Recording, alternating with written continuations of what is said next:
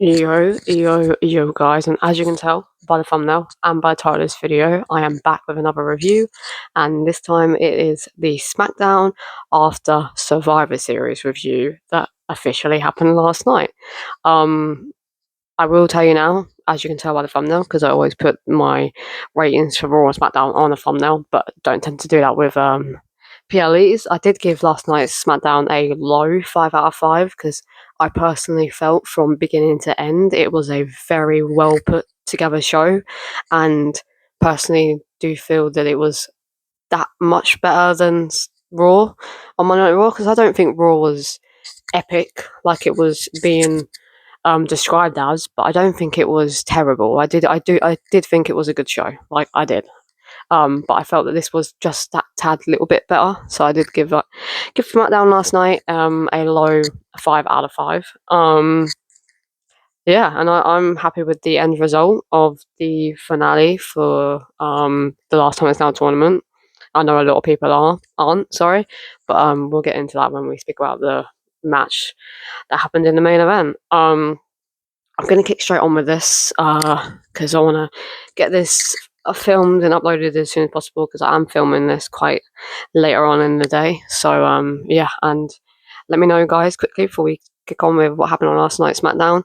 Are you watching Deadline tonight for NXT? Let me know in the questions down below because I will be watching Deadline tonight because that officially happens tonight at, I think it happens at 1 a.m., but it could be midnight. I could be wrong. Could be midnight it starts, but I think it's 1 a.m., but I'm not too sure. But yeah, we can kick straight on with what happened on last night's SmackDown. We kicked off the night with Drew McIntyre demanding to be reinstated. Nick Aldis said no, said that he needs to go home. And then Drew said, okay, I'm not going to ruin the security guys' lives and their family. I'm going to go home. And then Cody sneakily got into the car as Drew got back into the car. It was quite funny, to be fair, how his face just popped up in the background of the shot, and then bashed Drew's head against the steering wheel, started punching the living shit out of him, then started dragging him by the hair, and then he was obviously pulled out by security, and then Drew McIntyre sped off not very, very quick because he would have bashed into the ambulance, but drove away as quickly as he possibly could. And then Cody stormed to the ring after attacking Drew, asked Nick to unsuspend Drew McIntyre because he broke a massive rule of attacking Cody on his bus where his wife and kids sleep, which, yeah, that is true. Obviously, his 2 daughters sleep there and his wife, so it's quite a dangerous place to attack Cody Rhodes if you're looking at it like that. So I can understand why Cody's angry. And then Cody wants to stomp Drew out like a cockroach. And that's pretty much all was said. Like, it was just a very fast-paced, quick, demanding, angry promo by Cody Rhodes, and I actually quite liked that it wasn't like a dragged on promo. It was straight to the point, and that was that. And the attack at the beginning of the night with Cody just sneakily getting into the car, like I said, well, that was funny to just spot him in the background. I didn't clock him at first until he grabbed Drew's head and bashed it into the steering wheel. And yeah, so the attack was good, and I wasn't expecting it, and it was a nice, quick, straight to the point promo, not drag it on like a Cody promo can be sometimes. So I did give the segment overall, from beginning to end, a low 4 out of 5 because I did feel that it was very good and it wasn't just a typical attack from behind and they start brawling in the background stage area. It was actually Cody sneakily getting into his car and attacking him in his car. So I quite enjoyed that. So yeah, I did give the segment as a whole a low 4 out of 5, and I guess we'll have to wait to see until next week to see if Nick has accepted Cody's wish of reinstating Drew McIntyre onto Friday Night SmackDown. The first match of the night was the United States Championship. It wasn't an open challenge. They said on their Instagram page that Dragunov is doing an open challenge, but it wasn't because it was already accepted pre-hand. So I don't really get why they didn't do an open challenge, but I don't mind who the opponent was. But it wasn't really an open challenge, but so yeah, we had the United States Championship in the first match of the night last night, and Ilya Dragunov put his title on the line against Carmelo Hayes. It was a very fast-paced and hard-hitting match from the get-go, which I knew it would be because these two have met in the ring quite a few times, and all their matches have been good. I don't think anyone's ever said that Ilya and Carmelo have had a bad match with one another. I don't think so. I've never heard that anyway. Yeah, because Ilya and Carmelo have great chemistry, and I could watch them in the ring like one-on-one together like every single week because they work in the ring together like they really do. As the match was starting to get really like good, Tommaso got himself involved and cost Carmelo the match, and Ilya Dragunov was able to win with the H bomb and retain his United States Championship. I did give the match like a high 3 out of 5 because it was starting to become a 4. If it went on for like another like 5-10 minutes, I think it would have been like a low 4 out of 5. But because Tommaso got involved, I couldn't rate it as high as I would have liked to.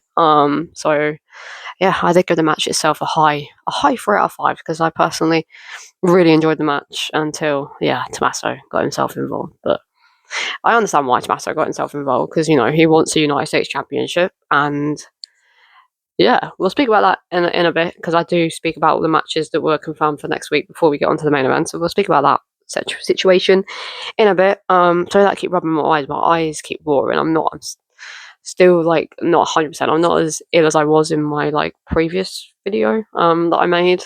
And even previous video before that, I think. I don't even know.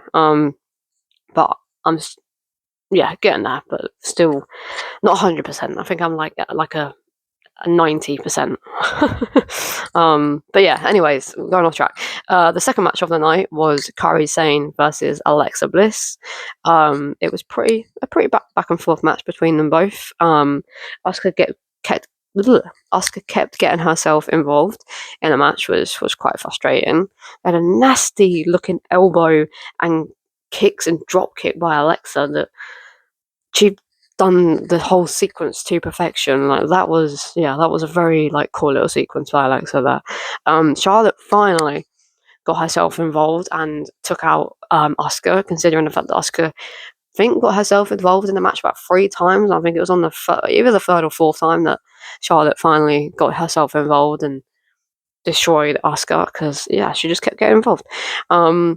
Alexa won with the sister Abigail. I actually was expecting Kairi to pick up the victory because obviously Kairi's the one half of the WWE Tag Team Champions. So I was actually expecting Kairi to win, Charlotte come into the ring, start beating down Kairi, and then Asuka come into the ring and start beating down both Charlotte and Alexa to kind of stand tall. That's what I was expecting. So I was actually quite shocked that Alexa won. And then from behind, Lash Legend and Nia Jax attacked Alexa Bliss and Charlotte Flair and officially got themselves involved. And I did say on my Monday Night Raw review that I could see potentially them doing a 6-women's tag team Elimination Chamber match in February in Chicago, Illinois, at Elimination Chamber. And it could potentially be happening now because Lash Legend and Nia Jax have officially got themselves involved in this tag team championship scenario. So I could be onto something with that, and I hope they do because it'd be different. It will be different. Yeah. And then the Kabuki Warriors and Lash Legend and Nia Jax started brawling one another, and I guess in a way the Kabuki Warriors also stood tall, but the people that stood tall with the championships were Lash Legend and Nia Jax. So yeah, that was an interesting end to the Kairi Sane and Alexa Bliss match, and I'm very excited to see where this all goes and see if I'm right with it being an Elimination Chamber match at Elimination Chamber, obviously, in February in Chicago, Illinois. We also had a segment during Smackdown where Obafemi and Ricky Saints were backstage with Nick Aldis, and the winner of tonight's match between Obafemi and Ricky Saints for the NXT Championship will go on to Saturday night's main event next Saturday, a week today, which is so weird that we can now say that John Cena retires in a week, which is crazy. But yeah, the winner of Obafemi versus Ricky Saints tonight will go one-on-one with Cody Rhodes. next Saturday. So we're either getting Obafemi versus Cody Rhodes or Ricky Saints versus Cody Rhodes next Saturday as our night's main event. Like, I'm sorry, but we've got 3 banging matches already. Someone's knocking on my door. Hang on, guys.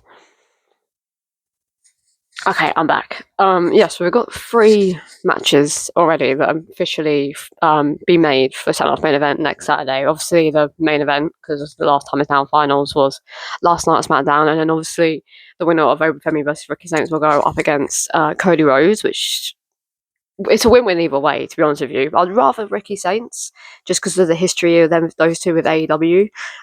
So that would be quite interesting for them to do Ricky Saints versus Cody Rhodes, like 2 ex-AEW stars going up against each other in a WWE ring would be quite cool to see. But we also had a third match made official last night on SmackDown as well, and Bayley is getting the opportunity. Finally, Bayley's getting something big because she's been done dirty over the past year and a half. She really has been done dirty. And Bayley is getting a match on Saturday Night's main event on John Cena's last ever show and last ever match.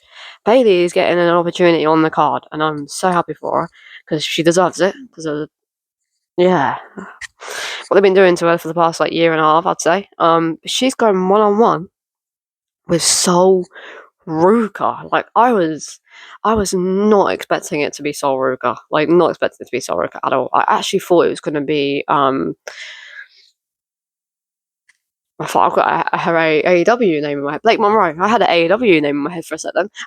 Blake Monroe. I actually genuinely thought it was going to be Blake Monroe, but I'm hoping that they're going to do Blake Monroe versus Rhea Ripley instead, because that would be that would be fucking epic. That would truly be fucking epic if they do Blake Monroe versus Rhea Ripley, Bayley versus Sol Ruka, potentially Ricky Saints versus Cody Rhodes, and then the winner of the main event versus John Cena. That's already 4 banging matches right there that could actually be the show of the year with the matches that we could potentially get on this card. Which is crazy that it's not a WWE PLE, it's a Sarah's main event, and it potentially could be the best show of the year, which is just insane. Which is a good thing, I guess, in a way, because it's John Cena's last ever appearance. So I guess if it is the best show of the year, then it kind of does make sense for that to be the best show, considering the fact that it's John Cena's last ever appearance in a WWE ring. But yeah, no, we got those 2 matches made official. Bayley versus Solo is definitely official, but we don't know who Cody's facing yet until tonight. And then we had 3 matches, because I put 4 out of 5 because I gave the matches a 4 out of 5 that we're getting next week. Because I always rate what matches we're getting made official next week, and what matches we're getting. I've given them a 4 out of 5. Next week we're getting Rhea Ripley and Damian Priest versus Selena Vega and Aleister Black in a mixed tag team match the night before Saturday Night's main event. And what a match already! It's already looking good next week's SmackDown.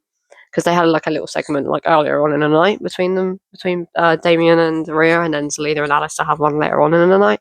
And then we're also getting the United States Championship on the line again, but Ilya is officially given Tommaso Ciampa the opportunity at the United States Championship because of what happened at the end of his match with Carmelo Hayes, with obviously him getting himself involved and Ilya not being very happy about that. He has now given Tommaso the opportunity to face him next week. But I can see Carmelo Hayes getting himself involved, and then maybe on the SmackDown after next week, they do a triple threat for the United States Championship. I mean, I'll be down for a triple threat between Ilya Dragunov, Tommaso Ciampa, and Carmelo Hayes. Or they'll probably do...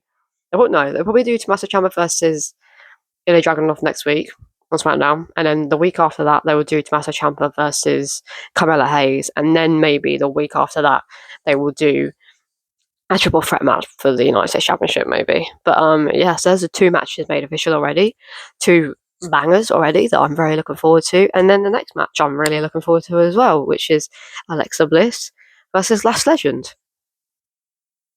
I don't know why they're not doing Charlotte Flair versus Last Legend, because obviously Alexa Bliss had a match this week. You'd think they would make Charlotte have a match next week, but No, Alexa's having another match next week, and she's facing Lash Legend, which is going to be a funny match to watch because the height difference is insane. But they're the 3 matches that we've got next week, and I'm beyond excited for the 3 matches. And like I said, SmackDown is looking like a really, really, really good card next week. So yeah, I'm very hyped for SmackDown. But now on to the final match of the night, which is obviously the last time is now finals, which was the main event, and it was between LA Knight and Gunther. I will tell you now, I did give this match a high 3 out of 5 because I didn't think it was good or a great match, but I did think it was pretty decent. It was pretty back and forth at the beginning. LA Knight went for an AA, and hit the AA on Gunther, but he could not pull that off, and he made it look really shit. I hope LA Knight never ever goes for an AA again because he did not make that move look cool. He made it look really shit. So yeah, please don't ever do that again, LA Knight. LA LA cool, right. There's a whole thing right now going on that it should have been LA Knight. Well, not loads of people, but a lot of people are saying that it should have been LA Knight versus John Cena. But I'm glad, and I'll tell you now, that it wasn't LA Knight that won this match because LA Knight calls out shots like really loudly. Like he calls out the next moves like really, really loudly that I can hear him saying it, and it's so annoying.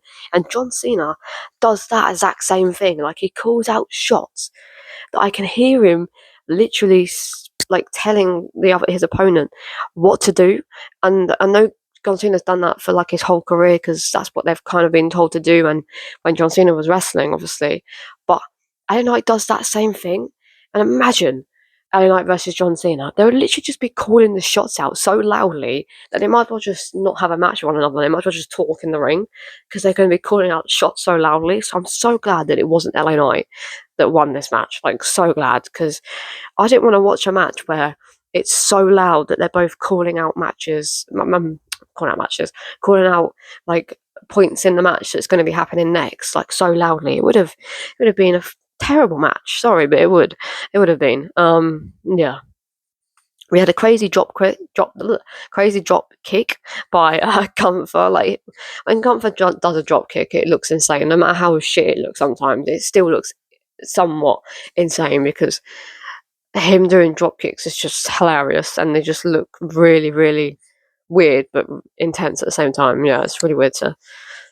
Yeah. We had a close call to the elbow drop by LA Knight. I genuinely thought that was going to be it, and I was like, really? LA Knight's won by an elbow drop? Okay, that's not his finisher, but all right. But no, Gunther did kick out. LA Knight kicked out of the double frog splash, suplex, and clothesline, which is pretty insane that he kicked out of all of that. And then LA suddenly out of nowhere hit a BFT on Gunther, and I was like, oh my god, no, we're gonna get call out move versus call out move, like John Cena versus LA Knight, and it's gonna be a match where they call out moves constantly. It's gonna be like a theatre show. No, thank you. Theatre match, sorry, not a theatre show. No thanks. But no, luckily Gunther kicked out of the BFT. Well, actually didn't kick out, he got his foot on the rope, so luckily that's what went down. And then Gunther was able to get a nasty looking STF on STFU on LA Knight. Similar move to obviously the STF that John Cena does as a little like little dab. Yeah, a little dab at John Cena. And I was kind of gutted that LA tapped out. I wish that LA just like fell asleep, like knocked himself out. Or passed out. I'm kind of annoyed that he tapped out. It should have just been like a passing out because I think it would have made Gunther look a little bit more dangerous going into his match with John Cena if he made LA pass out, not tap out. But Gunther was able to pick up the victory over LA Knight and will go on to face John Cena a week today at Saturday Night's main event. And do I feel it was the right opponent for Gunther? For John Cena? Yes, I do. Because it's not WWE that has made it super obvious that Gunther was winning this match. it's the wrestling sources that have made it super obvious that Gunther was winning this match, because you have to remember, right, that WWE and John Cena wanted to do a 16-man tournament, right? And it had 16 men a part of this tournament, right? And if these wrestling sources had no idea who was winning this match, like not a clue who was winning this match, not a clue who the mystery opponents were, like none of this tournament would have not been ruined, because none of us would have had a clue in what direction WWE were going. Like there probably would have been like quite the majority of us being like, well, Gunther's probably most likely going to win this, but they could swerve us and go with Jey Uso. They could swerve us and go with LA Knight. They could make Zack Ryder or Dolph Ziggler John Cena's final opponent because of their history. They could have made The Miz. They could have gone with a Carmella Hayes or Javon Evans. Like there would have been like some swerves like here and there with us being like, oh, it could be this person, it could be that person. Most likely probably will be Gunther, but it could be this person. But because these wrestling sources made it like put it into people's heads so much that it was going to be Gunther, that everybody just didn't enjoy this tournament as much as they would have liked to, because these wrestling sources ruined it for the wrestling fans and for WWE, because they somehow knew that Gunther was 100% winning this tournament, which I just find ridiculous. And this is why I hate wrestling sources, like any of them, all of them, no matter how like good that they come up with stuff sometimes. All of them. I do not like any of the wrestling sources, because they ruin wrestling, not just for WWE, but for TNA, AEW, everything they ruin wrestling for. Because why are you spoiling it? Like why are you telling us that you have insight on who's winning this whole thing? Like why are you telling us? Like we don't want to know. We want it to be a surprise, because now WWE fans are blaming Triple H and blaming WWE, saying that it's shit because it was Gunther that won this. But they're only saying it's shit that Gunther won this because it was obvious that Gunther was going to win this because of these wrestling sources. Like these wrestling sources ruined it for you, not WWE and Triple H. The wrestling sources, guys. Like stop blaming Triple H and WWE for what they're doing that they feel that is right. It's the wrestling sources that ruined it for us, not WWE and Triple H. Because, like I said, if these wrestling sources never came out and said that Gunther was 100% winning this, some of us, and probably a lot of us, would be like, okay, it might be Gunther, but it could potentially be Carmelo, it could potentially be Javon, it could potentially be The Miz, LA Knight, Jey Uso, Dolph Ziggler, Zack Ryder, Rusev, Sheamus, like The Miz. I haven't said The Miz yet. Like they had potential of all of these other people, and it not just being Gunther, but because these stupid ass wrestling sources said that digged it so deep into our head that it was 100% going to be Gunther, that all of us just went into this tournament being like, well, we know Gunther's winning it because of these stupid wrestling sources. So what's the point in it? Like it made the tournament pointless, but it's not WWE's fault. It's the wrestling sources' fault that made this tournament pointless, not WWE. Gunther earned his spot. He went on and faced 4 opponents. He earned his spot in the match against John Cena, because he beat 4 other people. He didn't just get it handed to him. He beat 4 other people too, and had 4 banging matches. He had 3 to 5-star classics with these 4 people. So Gunther deserves to be the opponent that goes on to face John Cena. My second person would have been Carmella Hayes, because obviously it did make sense for it to be Carmelo. Obviously from Boston, Massachusetts. John Cena's from the West Newbury, Massachusetts, but he's still from Massachusetts. And obviously Carmelo's in his 30s, literally just started his 30s. And Carmelo's had a little bit of history with John Cena, with him saying that he's the next guy when it comes to being a legend for Boston, Massachusetts, and all of this, that, and the third. So it would have made sense for it to be Carmelo, Boston versus Boston in a way. But Gunther's earned it. He has. Like, Gunther's the correct type of opponent to go one-on-one with John Cena in his final match, because Gunther is the type of opponent that John Cena used to face in his early careers. When he was a younger wrestler, Gunther was the opponent that he used to face, like these monstrous, scary, hard-hitting, like heel guys, and that's exactly what Gunther is. So it makes a hell of a lot of sense for Gunther to be his final opponent, and Gunther's earned it. He wasn't just given it; he earned it by having 3-star to 5-star classic matches in this tournament, and we also had a lot of other matches in this tournament that were very, very enjoyable to watch as well. But it's like I said to you guys, and I'll say this one more time: wrestling sources ruin WWE, not WWE and Triple H. Wrestling sources ruining it, especially the big moments, storylines. Not that's yeah, WWE and Triple H. I don't know why I keep saying WWE and Triple H, just the WWE. But matches wise, wrestling sources ruin it for you, not Triple H and WWE. So stop blaming them for it being Gunther. It's these wrestling sources that dug it so deep in your head that it was 100% going to be Gunther that ruined it for you. Stop looking at wrestling sources. Like, please, just stop looking at them because they ruin wrestling for everybody. Stop looking at them. I haven't looked at wrestling sources in almost 2 months now. I haven't looked at them. The only ones I look at is the ones that happened after a show and they just speak about it. And they some funny ones as well. There's some funny wrestling sources out there as well. But when it comes to wrestling sources before a show, I don't click on them and I just skip past them and I remove them from my Explorer page because I don't want to see them because they've ruined WWE for me. So stop checking them. Stop looking at them. Like, if you don't want WWE ruined for you, stop looking at these wrestling sources. It's not that difficult, guys. Like, stop looking at them. All right. But yeah, that's my little rant about people moaning that it was too obvious that it was going to be Gunther. WWE didn't make it obvious it was going to be Gunther. Wrestling sources did. So remember that. But anyways, guys, this has been the end of the review. I don't know if I'll do a Raw review next week. It depends, I think, on how good the show is. But I probably won't be doing a Raw review. But I don't know. Oh no, actually, I will be. I will. No. I don't know. I probably will be doing a SmackDown review next week, but I don't know about a Raw review. Because obviously it's a SmackDown before John Cena's last ever show, so I will be doing a SmackDown review, I think. But I don't know. I might do a Raw review, I might not. I'm not too sure yet. I don't know. I guess we'll have to wait and see how good Raw is on Monday Night Raw. Hopefully, on Monday Night Raw. What the hell? I'll have to see how good Raw is in a couple of days' time. But yeah, guys. I hope you have enjoyed this SmackDown review. Like I said, I did give SmackDown a low 5 out of 5. Do you agree with me with Raw?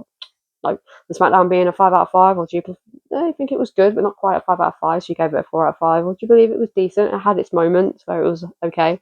So you gave it a 3 out of 5, or do you believe that it was a meh show? There was like 1 or 2 things that you enjoyed, but meh. So you gave it 2 out of 5. Or do you believe that this was the worst SmackDown of the year? You wish the SmackDown never happened, and you'll never go back and watch anything to do with this SmackDown, and you gave it a 1 out of 5? Because like I said, I did give it a low 5 out of 5, and yeah, guys, this has been my SmackDown after Survivor Series review, and I'll see you guys in the next one. Peace.